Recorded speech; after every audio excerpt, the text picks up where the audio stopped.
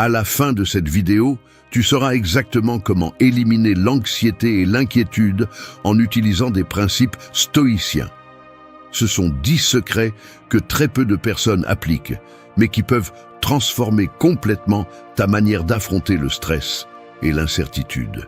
Imagine Laura, une professionnelle brillante qui vivait prisonnière de l'anxiété. Chaque nuit, elle avait du mal à dormir, repassant dans son esprit les erreurs de la journée et anticipant les problèmes du lendemain. Pendant la journée, ses épaules restaient tendues, sa mâchoire crispée, et elle n'arrivait même pas à savourer une tasse de café en silence. En réunion, son regard se perdait, incapable d'écouter réellement ses collègues pendant que son esprit sautait d'une inquiétude à l'autre. Un jour, sur la recommandation d'un ami, elle a commencé à mettre en place de petites habitudes stoïciennes. Au début, il y a eu de la résistance, des regards sceptiques, des questions gênantes sur son calme soudain. 3 mois plus tard, ses pensées ne la dominaient plus. Désormais, c'est elle qui domine ses pensées. Ses nuits sont paisibles, ses réponses directes. Au bureau, on l'aperçoit différemment, moins réactive, plus assurée.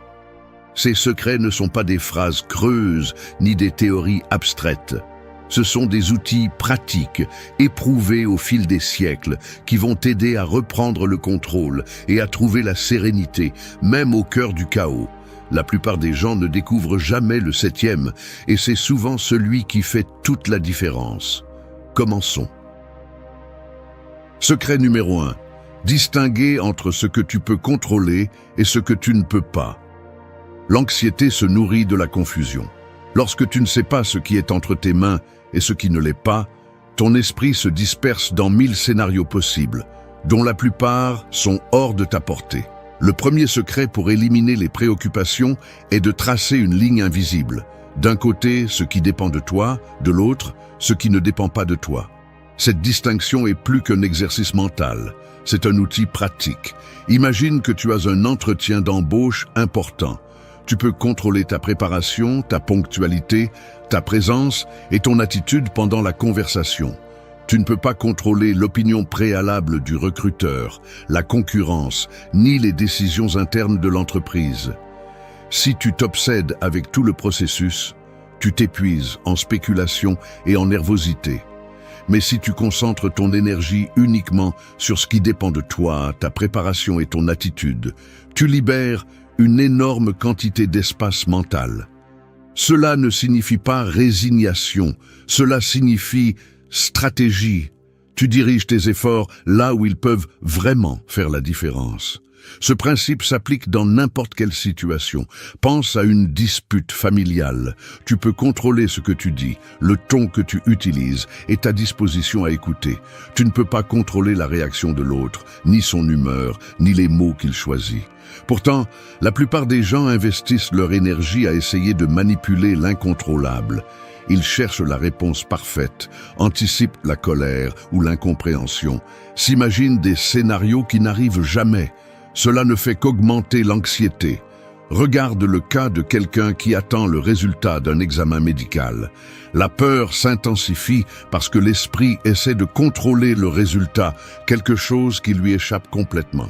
Mais il peut contrôler sa réponse, comment il gère l'attente, comment il prend soin de lui, ce qu'il décide de faire de son temps jusqu'à recevoir la nouvelle. La différence entre l'angoisse et le calme se trouve précisément à ce point. Distinguer ce qui est contrôlable de ce qui ne l'est pas n'est pas facile au début, car l'esprit a tendance à les mélanger. Mais c'est une compétence qui s'entraîne. Fais-le de manière active. Face à toute préoccupation, écris-la sur une feuille et demande-toi, est-ce que cela dépend de moi? Si la réponse est oui, agis. Si c'est non, lâche prise. Il ne s'agit pas d'indifférence, mais d'intelligence émotionnelle. Le temps et l'énergie que tu économises en arrêtant de te battre contre ce qui ne dépend pas de toi, tu peux les investir dans ce que tu peux véritablement transformer. C'est ainsi que l'anxiété s'affaiblit, avec de la clarté. Quand tu sais où s'arrête ta portée, tu cesses de livrer des batailles perdues d'avance. Ce que tu peux contrôler, tu l'améliores. Ce que tu ne peux pas, tu l'acceptes. C'est là la base de la tranquillité d'esprit. Deuxième secret, visualiser le pire scénario pour lui enlever son pouvoir. As-tu peur de tout perdre? Fais l'exercice. Imagine cette catastrophe dans tous ses détails. Ne te cache pas derrière l'espoir. Ne prie pas pour qu'elle n'arrive pas. Regarde-la en face, mets-la à nu. Tu perds ton travail? Visualise l'appel, le visage du patron, le silence. Tu te retrouves sans argent? Ressens le poids du compte vide, l'inconfort de demander de l'aide, la fierté avalée. Un échec? Savoure le ridicule, la honte, l'écho des regards des autres. Et après? Tu es toujours vivant, humilié, blessé, mais vivant. La peur qui te ronge de l'intérieur est un fantôme gonflé. Quand tu la regardes sans filtre, elle rétrécit. Le pire scénario est désagréable, inconfortable, mais ce n'est presque jamais la fin. Le monde ne s'arrête pas parce que tu échoues. La vérité, la plupart des gens ne regardent pas et personne ne se soucie autant de ta chute que toi. Alors, arrête de nourrir le monstre dans l'obscurité, sors-le à la lumière et regarde-le bien. Il n'est pas invincible. Il ne te contrôle que si tu lui échappes. Arrête de perdre du temps à souffrir pour ce qui pourrait arriver. Le pire scénario n'est que cela, un scénario, pas ta sentence. Si tu l'acceptes, il ne peut plus t'effrayer. Si tu peux le supporter dans ton esprit, tu peux le supporter dans la vie. Secret numéro 3. Pratiquer le détachement émotionnel face aux résultats. La routine quotidienne oscille entre action et conséquence. Une décision, une conversation, un effort. Le résultat arrive ensuite. Parfois il est favorable, parfois non. Le corps réagit, le pouls change, l'esprit s'accélère, l'attention se fixe sur ce qu'on ne peut pas contrôler. L'attente devient un fardeau. Le résultat est analysé, jugé, comparé. L'attachement à l'issue génère tension, insatisfaction, inquiétude qui ne disparaît pas. Le détachement émotionnel face au résultat est une pratique d'observation. L'action est réalisée de façon délibérée. Le résultat est accepté tel qu'il est. Il n'y a pas de célébration excessive en cas de succès, pas d'effondrement en cas d'échec. Il s'agit simplement d'enregistrer ce qui se passe. L'attention reste sur le comportement, non sur l'issue. Le travail se trouve dans l'action, non dans la récompense. Dans cet état, l'esprit ne se disperse pas dans des scénarios hypothétiques. Le présent demeure le seul espace d'influence. L'effort se dirige vers ce qui dépend de soi. Le reste est relâché. Le calme apparaît lorsqu'on cesse d'exiger que la réalité corresponde à nos attentes. Le détachement n'est pas de l'indifférence, c'est une discipline pour ne pas se perdre dans ce qui n'est déjà plus sous contrôle. Ainsi, l'anxiété diminue. Ainsi, l'inquiétude perd de sa force. Le résultat cesse d'être une menace ou une promesse. Il est simplement. Et l'on continue d'avancer. Secret numéro 4. Te concentrer sur le présent, pas sur un futur hypothétique. T'est-il déjà arrivé que ton esprit voyage tout seul vers le pire scénario possible?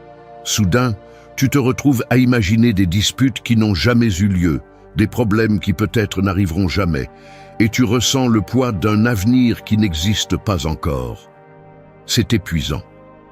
Vivre dans cet état d'alerte constant te vide, t'enlève de l'énergie et t'empêche de profiter de ce que tu as juste devant toi en ce moment.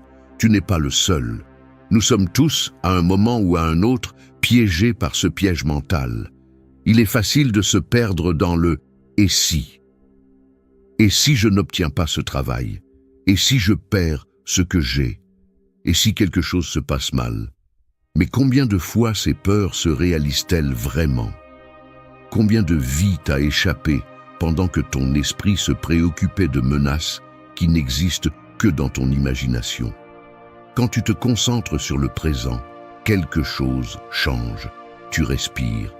Tu remarques ce que tu as près de toi, ce que tu peux toucher, ce que tu peux faire aujourd'hui. L'anxiété se nourrit de scénarios futurs. La sérénité se construit sur ce que tu peux contrôler maintenant. Tu peux te demander, que se passe-t-il réellement en ce moment? Que puis-je faire avec ce que j'ai maintenant, pas avec ce que j'imagine qui pourrait arriver? Parfois, le présent n'est pas parfait. Il peut y avoir des défis, de l'inconfort, même de la douleur. Mais le futur hypothétique est souvent bien plus effrayant, car il n'a pas de limite. Ton esprit peut tout inventer. Et plus tu passes de temps là-bas, moins tu as la capacité de répondre à ce qui compte vraiment. Il ne s'agit pas d'ignorer ce qui vient, mais de ne pas laisser les possibilités te paralyser. Quand tu reviens au présent, tu reprends le contrôle. Tu peux agir, décider, respirer. À quoi ressemblerait ta journée si tu cessais d'anticiper des problèmes et te consacrais à ce qui est devant toi? Qu'est-ce que tu pourrais découvrir si tu arrêtais de te battre contre des fantômes et te concentrais sur ce qui est tangible?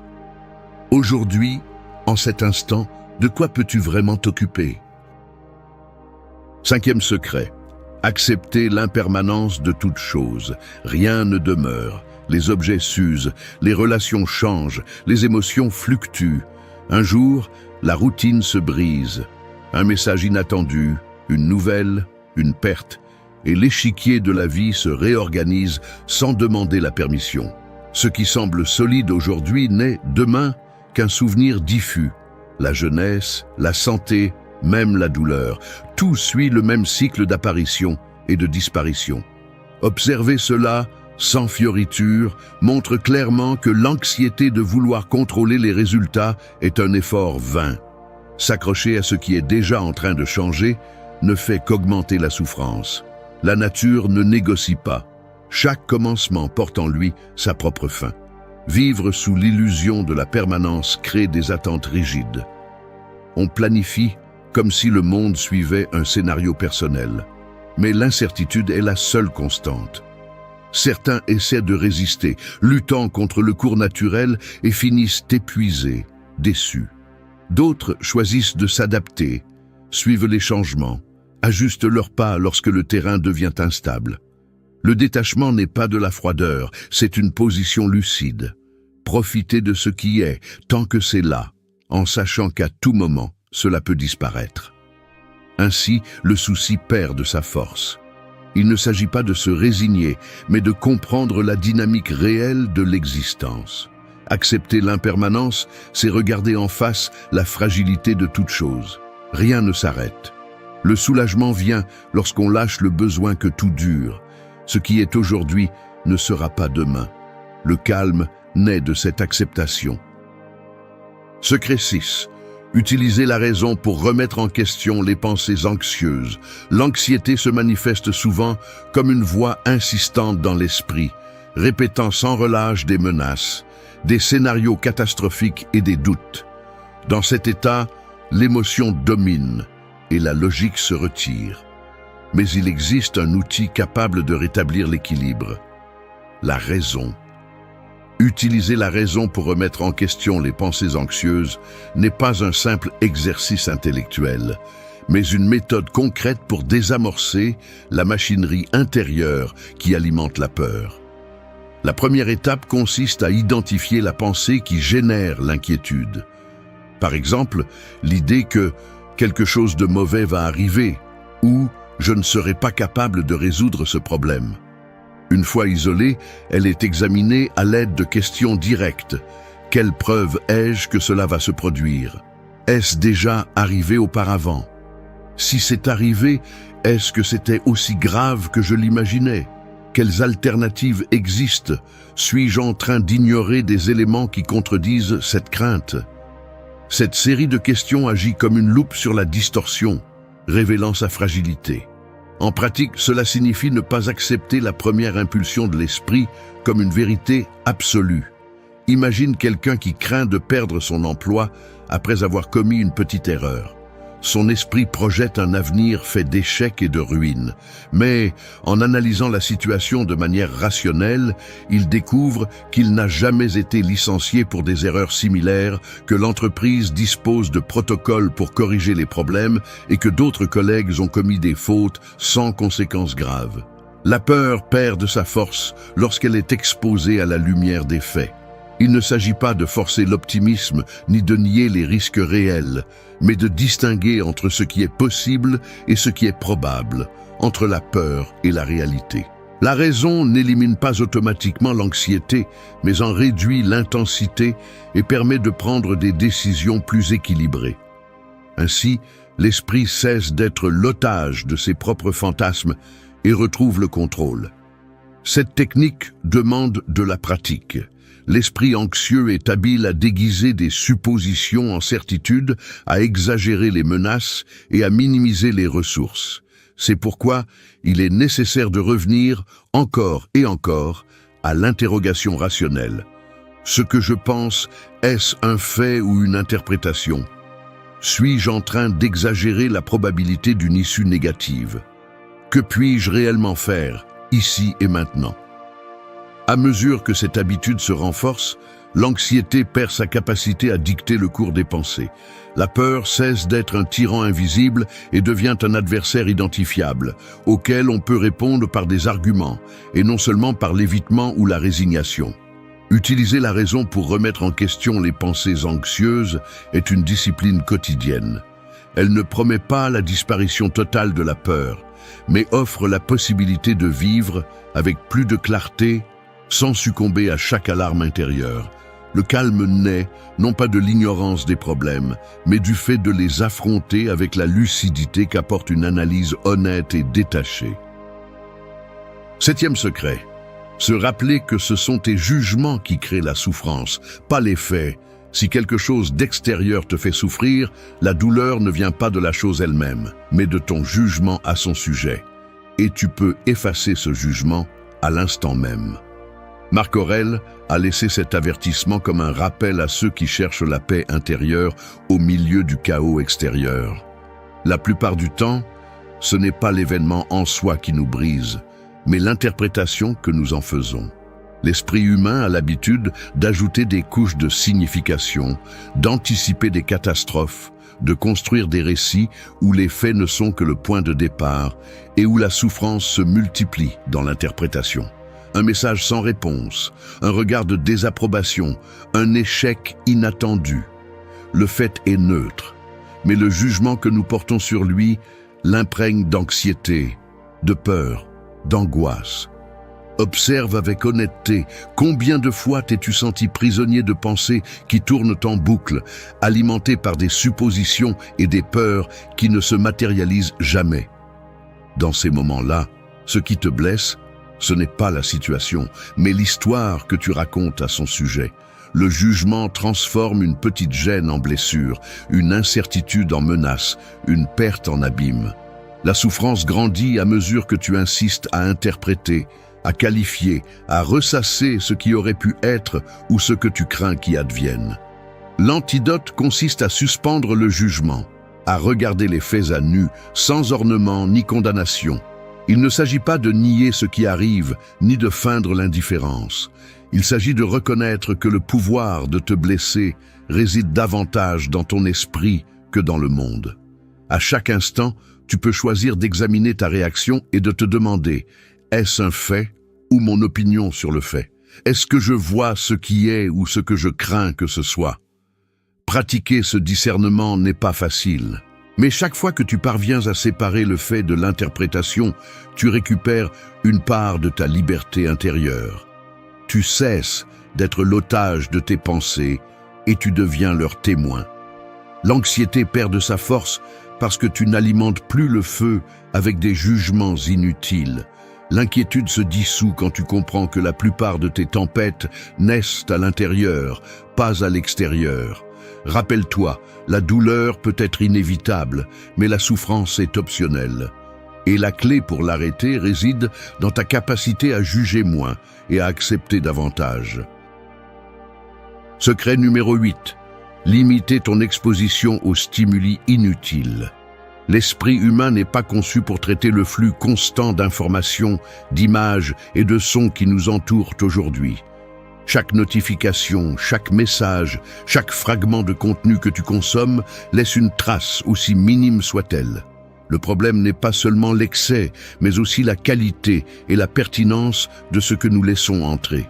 Lorsque tu t'exposes sans filtre aux réseaux sociaux, aux actualités alarmistes, aux conversations banales, ton attention se fragmente et ton énergie mentale se disperse. C'est comme essayer de retenir de l'eau dans une passoire. Tu as beau faire des efforts, le calme s'échappe. Imagine que chaque stimulus est comme une goutte tombant dans un verre. Quelques gouttes ne changent rien, mais si le flux est constant, le verre déborde. Il en est ainsi de l'anxiété. Elle ne provient pas uniquement de grands problèmes, mais de l'accumulation silencieuse de petites distractions, d'interruptions et de sollicitations sans importance. Le résultat, un esprit saturé, incapable de distinguer l'essentiel du superflu. C'est pourquoi limiter l'exposition n'est pas un acte de fuite, mais de protection et de clarté. Prends l'exemple de quelqu'un qui commence sa journée en consultant son téléphone au lit. 10 minutes de gros titres négatifs, de messages sans importance et de vidéos virales. Avant même de sortir de la chambre, son esprit est déjà colonisé par des inquiétudes étrangères, des comparaisons vides et un sentiment d'urgence artificielle. Puis, tout au long de la journée, chaque pause est remplie de nouveaux stimuli. Podcast pendant le petit déjeuner, notifications pendant le travail, mise à jour pendant les trajets. À la fin de la journée, la fatigue mentale est inévitable, mais la cause n'est pas toujours reconnue. Ce n'était pas le travail, c'était le bruit constant. Limiter l'exposition signifie choisir ce que tu laisses entrer. Il ne s'agit pas de se déconnecter de tout, mais de filtrer avec discernement.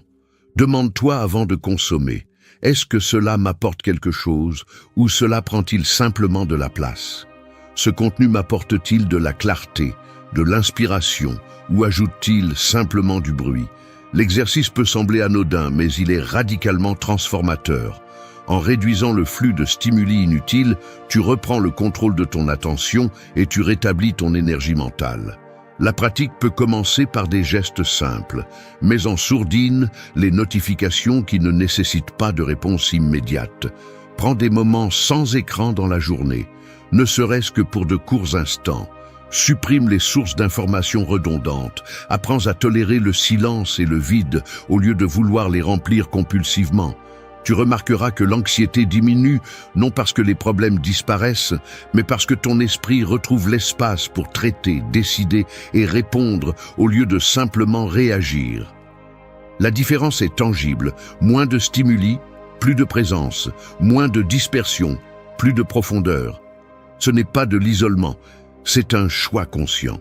De la même façon que tu fais attention à ce que tu manges pour nourrir ton corps, veille à ce que tu consommes mentalement pour préserver ta paix. Limiter ton exposition à l'inutile n'est pas un renoncement, c'est une affirmation de ce qui compte vraiment. Le calme ne se trouve pas en cherchant plus, mais en choisissant mieux. Secret numéro 9. Transformer chaque obstacle en une opportunité de croissance. Faire face aux obstacles n'est pas un choix. C'est une partie de la vie. Parfois, les choses ne se passent pas comme tu l'avais prévu. Le travail se complique, une relation se termine, un projet échoue. Tu ressens cette pression dans la poitrine, l'esprit s'emballe, les doutes apparaissent. Pourquoi moi? Qu'ai-je fait de mal? Comment continuer après ça? Derrière chaque question se cache une opportunité. Non pas pour éviter la douleur ou faire comme si de rien n'était, mais pour regarder en face ce qui te freine. Qu'est-ce que cet obstacle est en train de t'enseigner? Parfois, la croissance ne se manifeste pas sous la forme d'un succès immédiat, mais à travers la résistance, la patience et l'apprentissage. Quand tout va bien, il n'y a aucune raison de changer.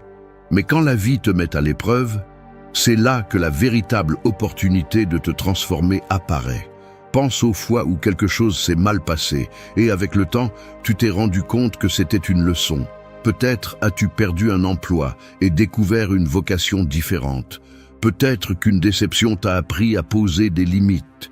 Il est facile de comprendre cela avec du recul, mais lorsque tu es au cœur de la tempête, il est difficile de le voir clairement. Aujourd'hui, je t'invite à faire une pause la prochaine fois que quelque chose ne se passe pas comme tu l'espères. Au lieu de te demander pourquoi cela t'arrive, essaie de te demander pourquoi cela m'arrive-t-il? Qu'est-ce que je peux apprendre de cette situation? Comment puis-je en sortir plus fort?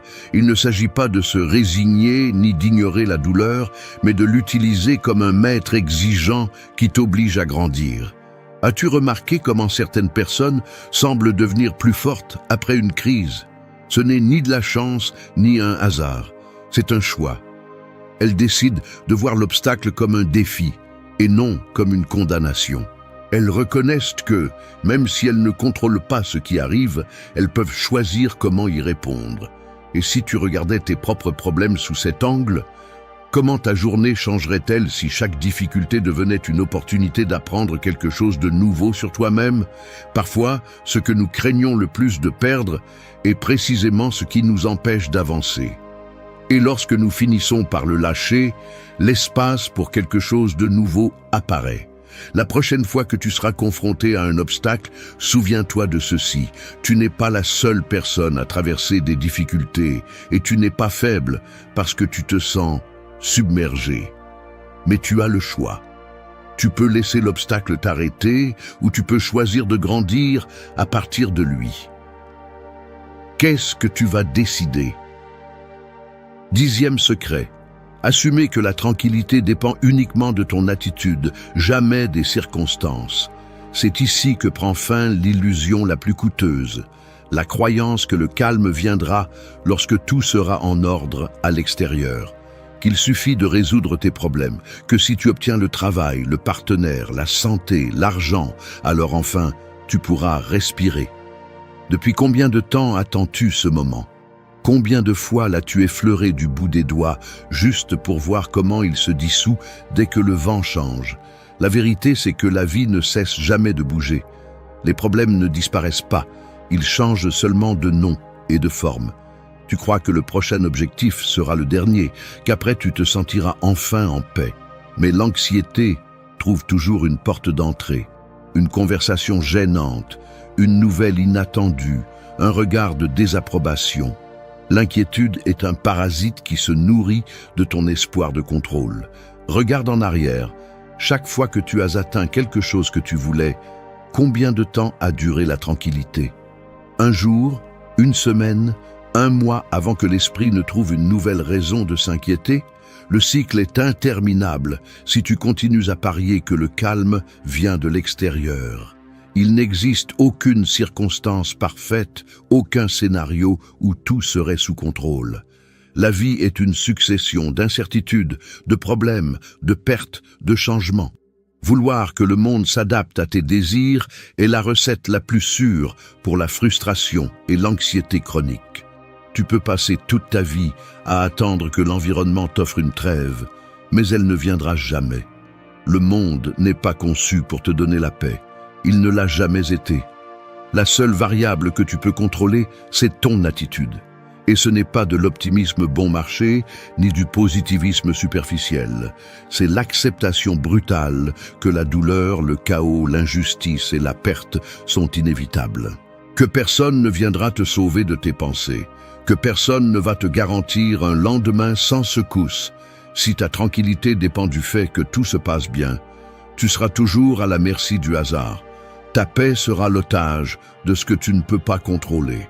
Le secret, c'est d'arrêter de négocier avec la réalité, d'arrêter d'exiger des garanties à la vie. Le calme naît quand tu cesses de te battre contre ce que tu ne peux pas changer et que tu te concentres sur la manière dont tu y réponds. Au lieu de demander « pourquoi moi ?», la vraie question est « qu'est-ce que je vais faire de ce que la vie me donne à vivre ?» L'attitude est la dernière liberté. Tu peux tout perdre, mais personne ne peut t'obliger à renoncer à ta dignité intérieure, à ta capacité de choisir ta réaction. C'est la seule chose qui t'appartienne vraiment. La tranquillité n'arrive pas quand tout est résolu, mais lorsque tu acceptes que cela ne le sera jamais tout à fait. Quand tu comprends que les vagues continueront de déferler, mais que tu peux apprendre à rester debout au cœur de la tempête. Il n'y a pas de raccourci, il n'y a pas de formule magique. Il n'y a que le travail quotidien de regarder le chaos en face et de décider de ne pas le laisser te détruire de l'intérieur. Voici la fin inconfortable. La paix n'arrive que lorsque tu cesses de l'attendre du monde et que tu la construis de l'intérieur, brique après brique, même quand tout dehors menace de s'effondrer. Si tu n'assumes pas cette responsabilité, prépare-toi à vivre toujours au bord du gouffre, en attendant un miracle qui ne viendra jamais. L'anxiété ne disparaît pas par magie, pas plus que l'inquiétude. Ce sont des réactions humaines, mais elles ne sont pas immuables. Tu peux les laisser te dominer ou apprendre à les regarder autrement. Il existe deux types de personnes, celles qui laissent l'incontrôlable gouverner leur esprit et celles qui se concentrent uniquement sur ce qu'elles peuvent gérer. Les uns réagissent sans relâche, les autres choisissent froidement à quoi ils donnent du pouvoir. Dans une salle d'attente, certains tournent en rond, vérifiant leur téléphone chaque minute. D'autres restent assis, respirant, sans bouger un muscle. Dans la file du supermarché, certains soupirent et regardent l'heure. D'autres observent ce qui se passe sans s'agiter. Tu peux passer ta vie à attendre que les circonstances changent ou accepter que le calme est une décision intérieure, non un cadeau venu de l'extérieur. Il n'y a pas de troisième voie. Tu peux choisir, continuer à nourrir tes pensées anxieuses ou commencer à les remettre en question et à réduire leur influence. Il n'y a pas de plan C. Le reste ne dépend ni de rien, ni de personne d'autre. La perception change et les autres le remarquent. Moins de questions, moins d'explications, plus de respect dans les silences. Si cela t'a parlé, personne ne naît avec une carapace de sécurité. Cette image intouchable que beaucoup projettent est en réalité le résultat d'années de lutte silencieuse contre des doutes qui érodent de l'intérieur. L'insécurité n'est pas seulement un murmure inconfortable, c'est un mécanisme mental qui sabote chaque pas, remet en question chaque réussite et transforme l'opinion des autres en une sentence. Vivre ainsi, c'est comme porter une dette interne qui ne se termine jamais de se payer.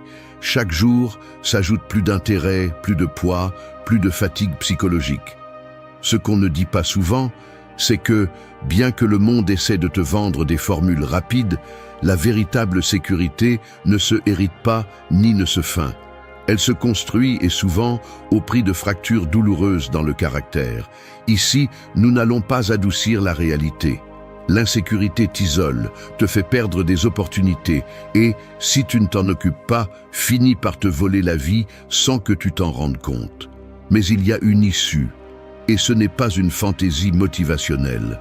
Le stoïcisme, cette philosophie d'acier trempé, t'oblige à cesser de blâmer les autres et à regarder de front ton propre reflet. Personne ne viendra te sauver et c'est libérateur. Car tout ce dont tu as besoin pour cesser d'être ton pire ennemi est déjà en toi, attendant discipline et courage. La sécurité ne se mendie pas, elle s'entraîne.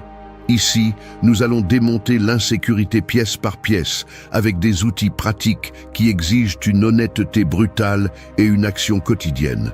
Si tu cherches des excuses, cette vidéo n'est pas pour toi. Mais si tu acceptes le défi, prépare-toi à cesser de négocier avec ta propre médiocrité. 1. Maîtrise ton dialogue intérieur. La vérité est simple et brutale. Si tu ne contrôles pas ton dialogue intérieur, tu deviens esclave de ta propre pensée. Arrête de chercher des coupables à l'extérieur, car la plupart de ton insécurité est fabriquée et alimentée par cette voix dans ta tête, qui répète les mêmes jugements, les mêmes reproches, les mêmes doutes, chaque maudit jour. Tu n'es pas insécure parce que le monde te le dit. Tu es insécure parce que tu as accepté comme vérité absolue chaque pensée autodestructrice qui surgit dans ton esprit. Et le pire, c'est que tu ne prends même pas le temps de les remettre en question. Tu les acceptes, tu les caresses, tu les laisses grandir comme s'ils étaient des faits, alors qu'en réalité, ce sont des opinions qui ne t'appartiennent même pas. Vas-tu continuer à croire que tu es moins seulement parce que ton esprit est programmé pour te rappeler tes échecs et multiplier tes défauts? C'est confortable de blâmer l'enfance, la société, la génétique ou qui que ce soit, Mais tant que tu continues à alimenter ce monologue toxique, tu continueras à vivre avec une fracture constante dans ton caractère. La philosophie stoïque ne va pas te donner de solutions magiques ni de belles phrases à répéter devant le miroir. Elle exige de la discipline et une responsabilité absolue sur ce que tu permets de se répéter dans ton esprit. Chaque fois que tu te dis « je ne peux pas, je ne suis pas assez, ce n'est pas pour moi », tu renforces une dette émotionnelle qui te pèse ensuite dans chaque décision. Si tu ne te mets pas fermement avec toi-même et que tu ne commences pas à filtrer cette poubelle mentale, tu vas continuer à traîner de l'insécurité, même les jours où tout se passe bien. Tu ne peux pas contrôler ce que les autres pensent de toi, mais tu peux contrôler le filtre mental avec lequel tu analyses tes propres erreurs, tes réussites et tes échecs. Le stoïcisme t'oblige à séparer les faits des interprétations, à regarder en face les données brutes et non les histoires que ton dialogue intérieur veut te vendre. Prends la responsabilité de ta narration, car chaque pensée que tu choisis d'alimenter est un investissement émotionnel qui te renforce ou te fragilise. La compassion bon marché et le victimisme ne font que prolonger le problème. Tu n'es pas une victime de tes pensées, à moins que tu choisisses de rester assis à répéter la même histoire que d'habitude.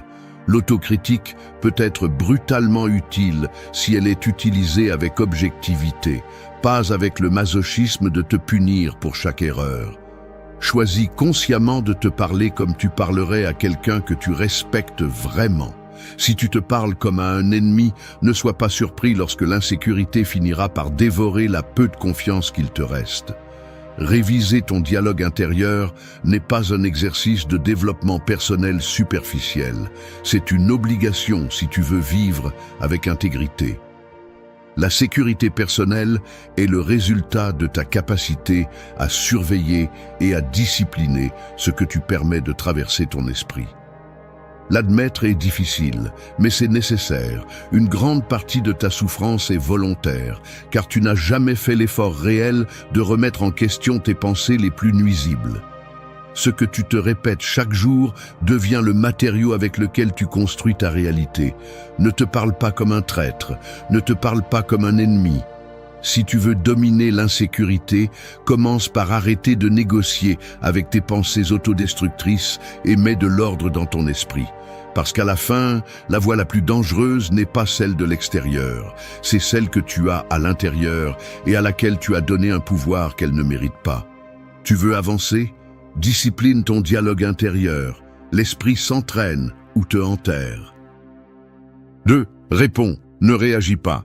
Tu te lèves tard parce que le réveil a sonné et que tu l'as ignoré. Tu es déjà en retard au travail. Le trafic te met de mauvaise humeur et dès que tu arrives, le premier courriel que tu ouvres est une critique déguisée en suggestion. Ton estomac se retourne, ta respiration s'accélère un peu, ta mâchoire se serre.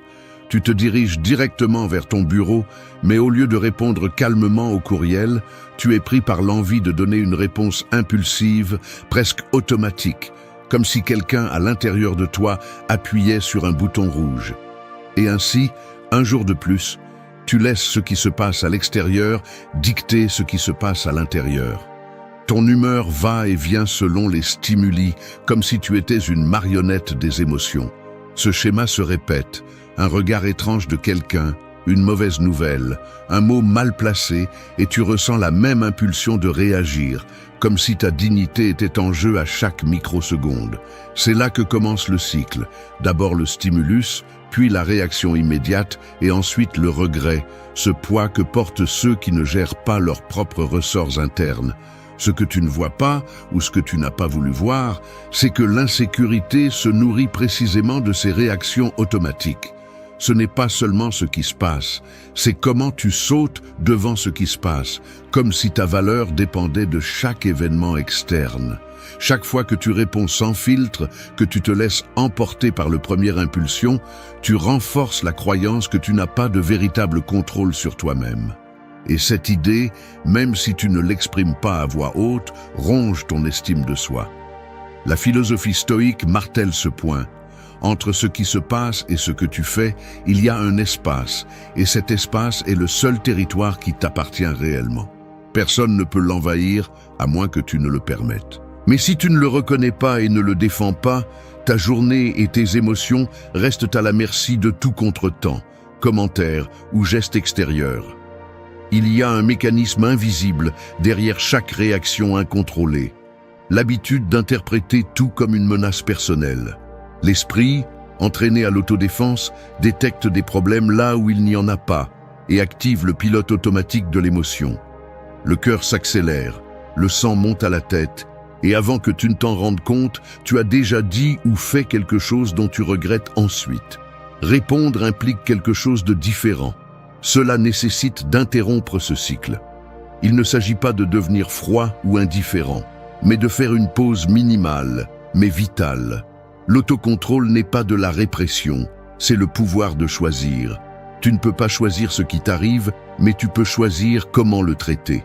Et là se trouve la véritable différence entre réagir et répondre, dans la distance que tu crées entre le stimulus et ta décision.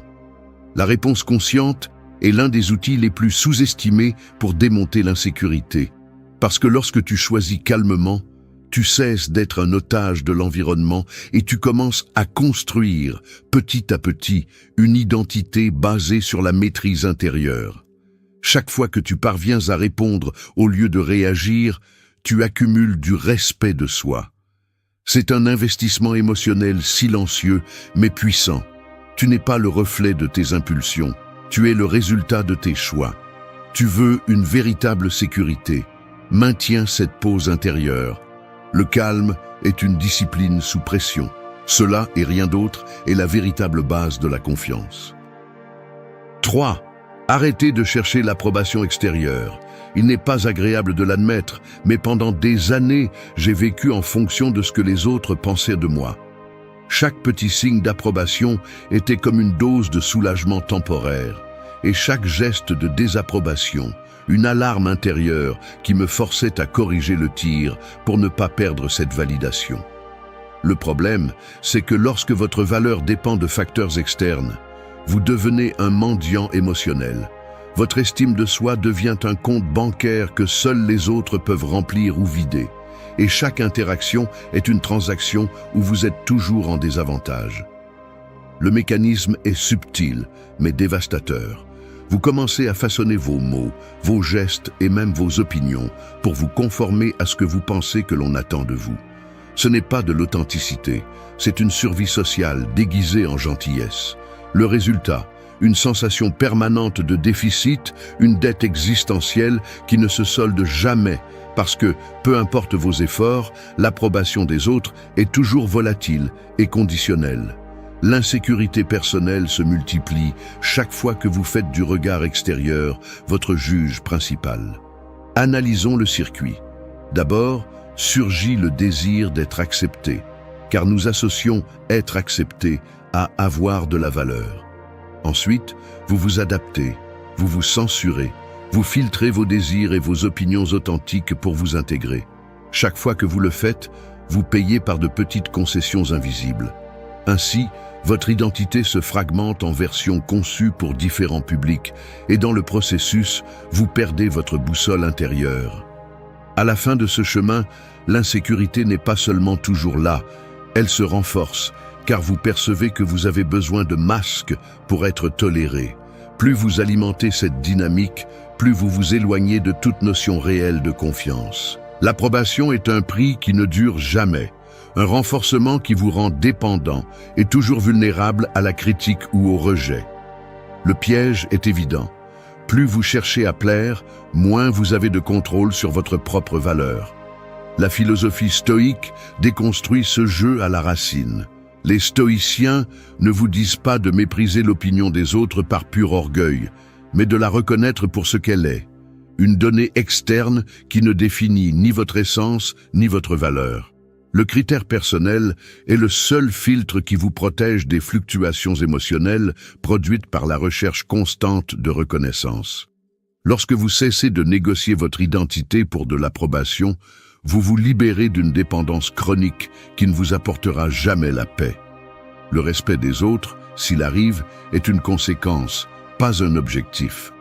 L'objectif réel est de maintenir la cohérence interne, d'agir selon vos principes et de maintenir cette direction même lorsque personne n'applaudit.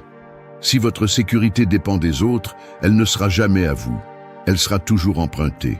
Le processus exige une révision brutale de vos motivations quotidiennes. Il faut se demander, avec une honnêteté inconfortable, combien de vos décisions sont contaminées par le désir d'être acceptées. Combien de fois dites-vous oui pour ne pas déranger? Combien de fois taisez-vous votre véritable opinion pour ne pas risquer le rejet? Chaque concession s'ajoute à un compte qui, tôt ou tard, vous coûtera cher, sous forme de ressentiment, de fatigue et d'un sentiment de vide que vous ne comprenez pas tout à fait. Cesser de chercher l'approbation extérieure ne signifie pas devenir insensible ni arrogant. Cela signifie rediriger l'énergie vers ce que vous pouvez contrôler, vos actions, votre intégrité, votre propre opinion sur vous-même. Lorsque vous comprenez cela, quelque chose change. Vous cessez d'être un acteur secondaire dans la vie des autres et commencez à écrire votre propre scénario. La véritable sécurité ne se mendie pas. Elle se construit dans la solitude et se démontre en public. Si vous cherchez une validation, vous vous vendez à bas prix. Si vous agissez avec discernement, vous gagnez du respect pour vous-même. Et c'est un investissement qui ne perd jamais de valeur. 4. Tiens tes engagements envers toi-même. Traverser une pièce dans l'obscurité totale, sachant que chaque pas dépend de ta mémoire et de ta volonté, et non de la lumière, t'oblige à faire confiance à quelque chose de plus profond que l'évidence. C'est ça. Tenir des engagements envers soi-même, avancer même quand personne ne regarde, ne applaudit, ni exige. La plupart des gens attendent des projecteurs externes pour agir, mais la véritable sécurité se forge dans cette pénombre quotidienne où seul toi sais si tu as fait ce que tu as promis ou si, une fois de plus, tu t'es trahi en silence. Pense à la sensation physique de remettre à demain cette tâche que tu as juré de terminer aujourd'hui. Le corps se rétracte légèrement, la poitrine reste tendue et l'estomac ressent un malaise qui ne disparaît pas rapidement. Tu n'as pas besoin de témoins. L'inconfort est la facture interne que tu paies chaque fois que tu romps une promesse envers toi-même. L'insécurité grandit juste là, dans ce solde négatif d'engagement brisé, dans cette constance invisible de petites décisions reportées. La discipline personnelle n'est pas une prison, c'est un refuge. C'est l'acte de te maintenir dans ce que tu décides, même si la motivation s'est évaporée depuis des heures. Il suffit d'observer celui qui se promet de se lever tôt, de lire une page, de faire de l'exercice, et qui finit par céder à la première fatigue. Les gestes sont petits, le réveil qui s'éteint avec agacement, le livre qui reste fermé sur la table, les baskets qui ne s'attachent jamais. Chaque manquement se ressent dans le corps, même si tu le couvres d'excuses rationnelles. Ces détails s'accumulent, et le pire, c'est que l'esprit n'oublie jamais ses propres défaites. Le respect de soi ne se construit pas avec de beaux discours, mais avec l'accumulation quotidienne de faits, même minimes, qui prouvent que tu peux te faire confiance. Tenir ta parole envers toi-même est le seul contrat qui ne prescrit pas et n'admet pas de renégociation sans conséquence. Beaucoup se trompent en croyant que la sécurité vient de grands succès publics, mais la réalité est bien plus crue. Ta confiance en toi est le résultat de milliers de micro-actions privées, la plupart invisibles, que tu exécutes même quand il serait facile de les laisser passer. La force de caractère se façonne dans ces choix inconfortables, quand tu préférerais abandonner mais choisis de te tenir. La philosophie stoïque n'idolâtre pas la discipline par caprice, mais parce qu'elle sait que chaque acte de volonté t'entraîne à supporter l'inconfort et, surtout, à te respecter dans ce que tu décides. Tu n'as pas besoin de rituels grandioses, ni de promesses publiques. Il te suffit d'une seule chose, faire ce que tu as dit, même si personne ne le remarque. La grandeur commence dans l'invisible. Chaque engagement tenu est un investissement dans ton estime de soi. Chaque promesse rompue est un trou qui affaiblit tes fondations. La sécurité n'est pas un don, c'est le résultat répété de te tenir ferme quand il serait plus confortable de te faillir. Combien de fois t'es-tu senti fier après avoir cédé à la paresse ou à la peur? Aucune. Le véritable respect de soi se construit dans l'obscurité, quand seul toi est témoin. Si tu veux arrêter de te sentir en insécurité, sois implacable avec ce que tu te promets. Le muscle de la discipline s'entraîne en privé. Le caractère ne se négocie pas. La différence entre un jour gagné et un jour perdu se décide presque toujours dans ces instants intimes où il semble que personne ne verra le résultat. Mais ton esprit le voit, ton corps le ressent et ton cœur le réclame. Tiens ta parole, même si la motivation faillit. La discipline est la forme la plus pure du respect de soi. Personne ne peut construire ta sécurité à ta place. Chaque fois que tu choisis de te tenir, l'obscurité intérieure se dissipe un peu plus. 5. Lâche ce que tu ne contrôles pas. Lâcher prise n'est pas abandonner, c'est cesser de gaspiller ta vie sur ce qui n'a jamais été entre tes mains. Voici le coup que personne ne veut encaisser. Tant que tu resteras obsédé par le contrôle de ce qui ne dépendra jamais de toi, ton insécurité sera infinie, car il y aura toujours quelque chose qui te glissera entre les doigts. Tu veux avoir en main l'opinion des autres, le résultat exact de chaque essai, le climat émotionnel de ceux qui t'entourent, la perfection de tes plans. Tout cela n'est qu'un mirage qui alimente uniquement la frustration et le ressentiment.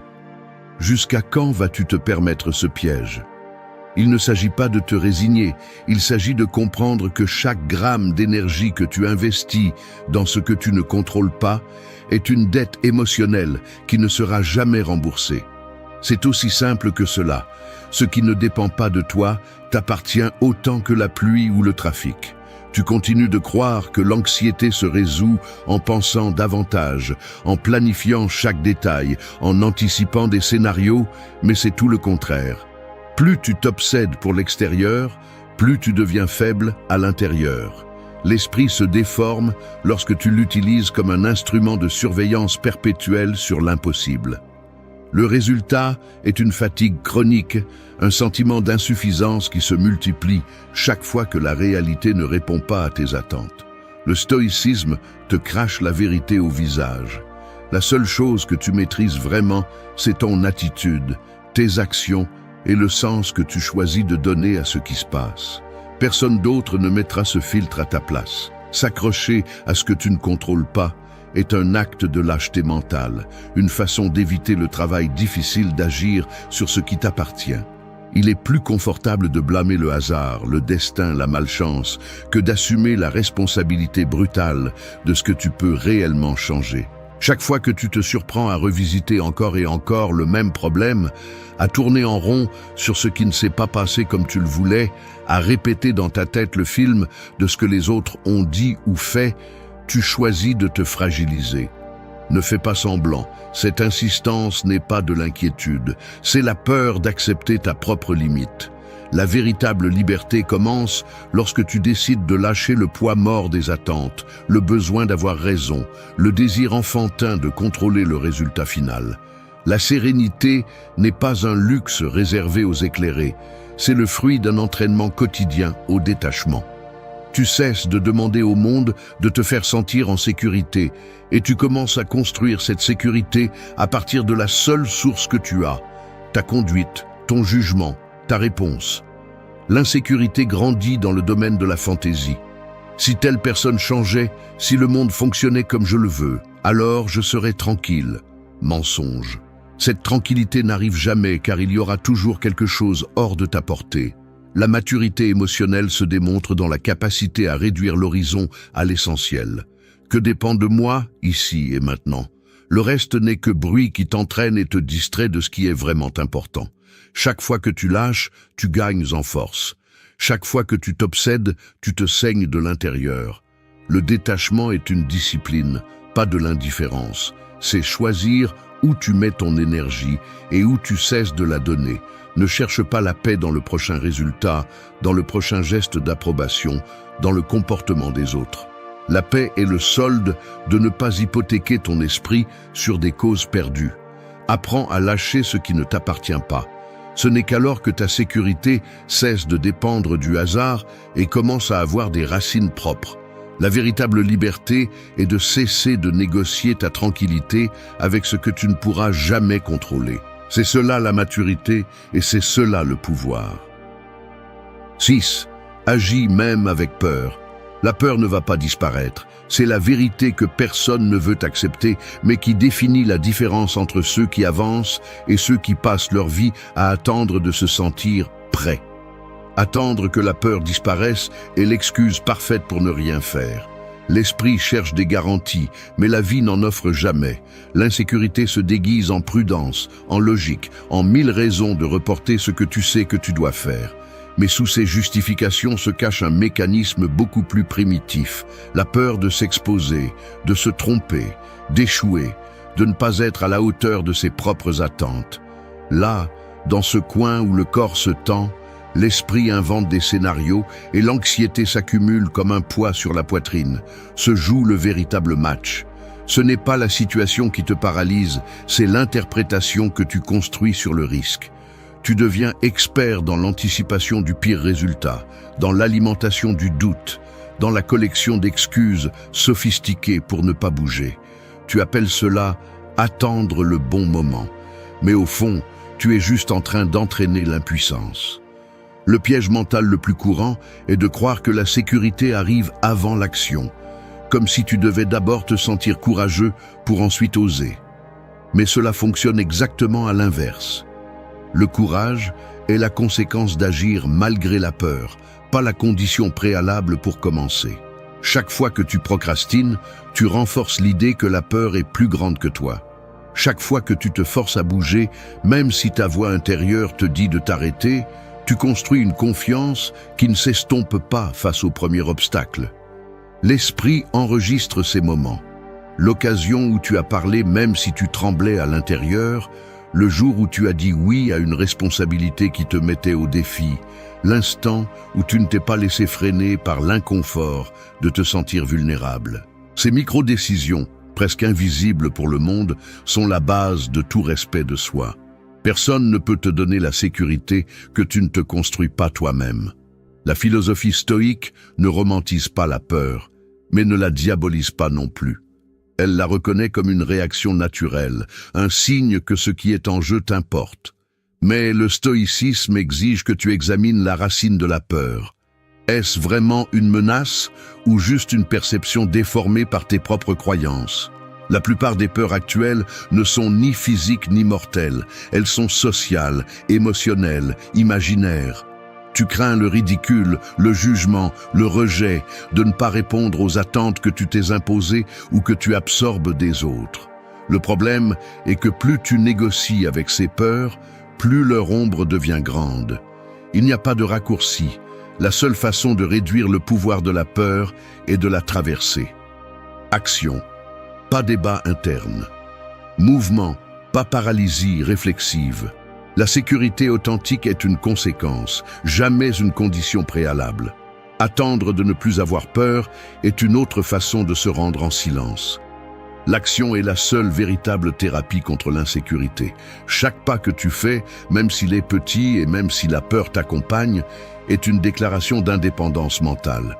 Il ne s'agit pas de devenir téméraire, mais de décider que la peur ne dicte pas tes limites. Le courage n'est pas l'absence de peur, c'est choisir d'avancer en portant ce poids. Fais ce que tu dois faire, précisément parce que tu as peur. C'est la seule façon de te prouver qui commande vraiment dans ta vie. Avance, même si le doute crie. La peur est un conseiller, pas un geôlier. 7. Sois brutalement honnête avec vous-même. Vous rentrez du travail et bien que la journée n'ait pas été particulièrement mauvaise, une gêne vous poursuit. Vous consultez votre téléphone, vous vous distraisez avec n'importe quoi, vous mangez plus que de raison, ou vous vous promettez que demain, vous allez vraiment commencer à fond, mais au fond de vous, vous savez que vous vous évitez. L'esprit est habile à inventer des excuses et à justifier de petits échecs. Mais le soir, quand le bruit diminue et que personne ne vous regarde, la vérité apparaît sous la forme d'un inventaire inconfortable. Ce que vous avez remis à plus tard, ce que vous n'avez pas dit, ce que vous avez fait semblant de ne pas voir. Éviter cette révision interne est le mécanisme préféré de l'insécurité, car vivre dans le déni semble moins douloureux qu'accepter, de front, vos propres incohérences. Mais ignorer vos angles morts ne fait qu'alourdir le poids que vous traînez chaque jour. L'honnêteté brutale envers soi-même n'est pas une pose ni une phrase à la mode, c'est un outil chirurgical. L'insécurité prospère dans le terreau fertile de l'auto-tromperie. Minimisez vos défauts, exagérez vos réussites, vous cachez derrière des justifications, fabriquez des récits où il y a toujours un « mais » pour chaque résultat médiocre. Le mécanisme est simple. Moins vous osez regarder vos limitations en face, plus vous laissez de place à la doute et à la culpabilité. Cette dette interne s'accumule et finit par se manifester sous forme d'anxiété, de sentiment d'imposture ou de cette fatigue existentielle qui vous fait sentir qu'il vous manque toujours quelque chose pour être tranquille.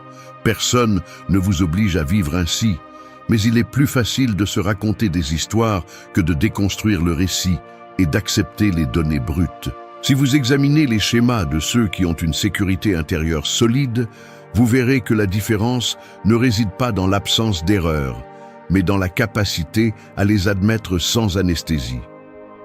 L'auto-analyse lucide est inconfortable, car elle oblige à démonter les excuses avec lesquelles vous vous protégez.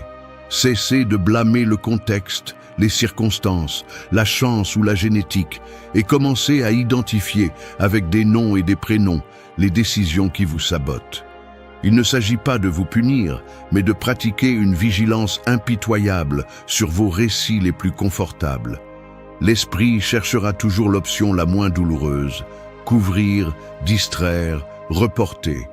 Mais le véritable avancement exige de la précision. Quelles sont les conduites que vous répétez, même si vous savez qu'elles vous affaiblissent?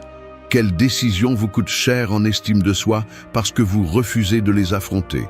Ce n'est qu'en nommant la fracture que vous pouvez commencer à la réparer. Le stoïcisme ne vous demande pas la perfection, mais il exige une transparence interne. Être honnête avec soi-même n'est pas un acte ponctuel, c'est un entraînement quotidien pour éliminer la distorsion et mettre sur la table ce qui compte vraiment. L'autosatisfaction est l'ennemi de la sécurité, la rigueur son allié silencieux. La plus grande trahison n'est pas d'échouer, mais de vous mentir sur la cause de l'échec. Le caractère se définit par la capacité à se regarder sans filtre et sans embellissement, aussi inconfortable que cela puisse être. Si vous n'osez pas admettre vos manques, vous finissez par construire une identité fragile, soutenue par des fictions qui ne résistent pas au premier contretemps. Il y a un respect de soi qui ne naît que lorsque vous vous confrontez à votre reflet sans maquillage mental. Vous ne pouvez pas négocier avec la réalité, ni vous convaincre que tout va bien si au fond, vous savez que vous vous évitez. L'honnêteté interne est la seule base stable sur laquelle vous pouvez construire une sécurité qui ne dépend ni du hasard, ni de l'opinion des autres. Acceptez vos points faibles, donnez-leur un nom, et décidez si vous allez continuer à tolérer ce déficit ou si vous allez agir. La transparence est liberté. Se mentir est une condamnation invisible. Personne ne franchit la porte de la sécurité personnelle en portant des fictions sous le bras. 8. Protège ton esprit de l'environnement toxique. J'admets quelque chose qui me dérange plus que je ne le voudrais. Il y a des jours où même en me sentant relativement bien, une conversation mal engagée, un commentaire sur les réseaux ou même le ton de voix de quelqu'un au bureau suffit à perturber mon état mental. Ce n'est pas seulement ce que j'entends, c'est une sorte de contamination invisible qui s'infiltre dans ma tête et y reste, tournant, affectant mon humeur et ma perception de moi-même. Je suis surpris de constater comment le geste tendu d'un collègue, les commentaires acerbes d'un groupe ou les nouvelles pleines de cynisme deviennent la matière première de pensée qui, si je ne fais pas attention, finissent par déformer mon humeur. Le corps le ressent. Des épaules qui se chargent, une mâchoire serrée, une fatigue étrange qui ne s'explique pas seulement par le travail. L'esprit, sans que tu t'en rendes compte, commence à imiter le ton de ce qui l'entoure. Tu laisses les opinions des autres s'infiltrer et tu te découvres à répéter des phrases, des doutes et des jugements qui ne viennent pas de toi. C'est l'impact réel d'un environnement toxique. Il t'installe une narration étrangère, il plante des graines d'insécurité et les arrose en silence chaque fois que tu baisses ta garde. Il n'est pas nécessaire d'être entouré de personnes ouvertement hostiles pour que l'environnement te consume. Il suffit de côtoyer quotidiennement des personnes qui vivent dans la plainte, la critique constante, le sarcasme déguisé en humour ou le scepticisme venimeux. L'air se remplit d'une sorte de poids invisible, une atmosphère qui exige que tu sois toujours sur la défensive, ou pire, qui t'entraîne dans son propre ton défaitiste. Le cerveau apprend vite. Si tout le monde doute, tu doutes aussi. Si tout le monde se plaint, il te devient naturel de trouver des raisons de te joindre au cœur. Sans t'en rendre compte, ton dialogue interne commence à sonner comme la somme de ces voix externes. L'insécurité n'est pas toujours une blessure individuelle. Souvent, c'est le résultat d'avoir absorbé, jour après jour, une vision du monde qui te fragilise plus que tu ne le reconnais. Prendre soin de son environnement mental est une décision quotidienne. Pas un luxe ni un acte égoïste. C'est une question de survie psychologique. Le stoïcisme ne prêche pas la fuite. Il enseigne à lever des filtres. Tu ne peux pas toujours choisir où tu travailles ou avec qui tu passes ta journée. Mais tu as la responsabilité de décider ce que tu permets d'entrer et ce que tu laisses dehors. L'esprit est comme une maison. Si tu ne fermes pas les portes et les fenêtres, n'importe qui peut entrer pour laisser ses déchets. Protéger ton espace mental implique d'observer avec une brutalité honnête quelles conversations, quels environnements et quels contenus te fragilisent. Ressens-tu un poids supplémentaire après avoir passé du temps avec certaines personnes? Remarques-tu comment ton humeur décline après avoir consommé certains types de nouvelles ou de réseaux? Ce n'est pas un hasard. L'environnement peut être un terrain d'entraînement ou un marécage émotionnel. Tu choisis si tu le laisses envahir ta tête. La discipline mentale commence par poser des limites. Des limites aux discussions destructrices, à l'exposition inutile à des contenus toxiques, à l'habitude de tout vérifier, même si tu sais que cela te laisse dans un état pire que celui dans lequel tu étais. Tu ne peux pas construire de la sécurité si chaque jour tu permets aux autres de semer le doute, la peur ou le ressentiment dans ton dialogue interne. Le respect de soi se défend aussi en sélectionnant rigoureusement ce qui nourrit ton esprit. Il y a des décisions qui semblent petites, mais qui sont déterminantes. S'éloigner d'une table, mettre en sourdine un groupe, cesser de suivre des comptes qui ne promeuvent que le doute et la comparaison. Tu n'as pas l'obligation d'être l'éponge émotionnelle de l'environnement. Choisis ce que tu laisses entrer. Ce filtre est ton bouclier invisible. La sécurité personnelle est le résultat de prendre soin, chaque jour, de l'alimentation mentale que tu consommes. Ce que tu laisses passer te transforme ou te corrompt. Tout ne mérite pas une place dans ta tête. Souviens-toi, celui qui ne protège pas son environnement mental finit par penser avec la voix des autres. L'esprit se renforce lorsque tu cesses d'être un terrain fertile pour la toxicité et que tu deviens le gardien de ton propre jugement. La force est un filtre actif, pas un mur passif. Si tu veux du respect de soi, commence par nettoyer la porte d'entrée. Merci d'être resté jusqu'à la fin de la vidéo. Si vous avez tout vu, commentez « Je suis stoïcien » comme notre signe secret, indiquant que vous êtes un véritable apprenant du stoïcisme. N'oubliez pas de vous abonner et de liker la vidéo si elle vous a plu. Rendez-vous dans la prochaine vidéo et rappelez-vous, continuez à cultiver votre esprit stoïque.